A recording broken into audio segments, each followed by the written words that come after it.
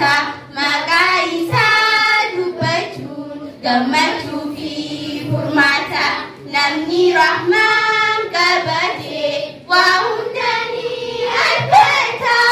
arra toltuu hojjannaan boru jazaan jannata arra toltuu hojjannaan boru jazaan jannata nagayaa fi rahmanni nabiyyi keenya irratti nuuf haa bu'u akka rooba samiitti aliisaatiif ashaaba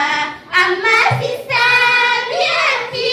rabbiin firdoos haa godhu jazaa isaanii dubartii rabbiin firdoos haa godhu jazaa isaanii dubartii nagayaa fi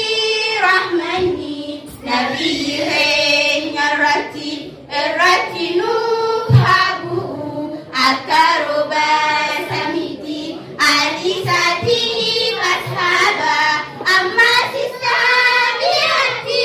rabbiin firdoos haa godhu jazaa isaanii dubartii rabbiin firdoos haa godhu jazaa isaanii dubartii akkam nagaa fayyumaa yaa obboleeyyan diinii nuti isin jaalannaa wallaahi billaahi du'anni waa qabannee ni dhufne akka nurraa kutaanii waamicha diin islaamaa dhaggeeffadhaa qalbiini waamicha diin islaamaa dhaggeeffadhaa qalbiini.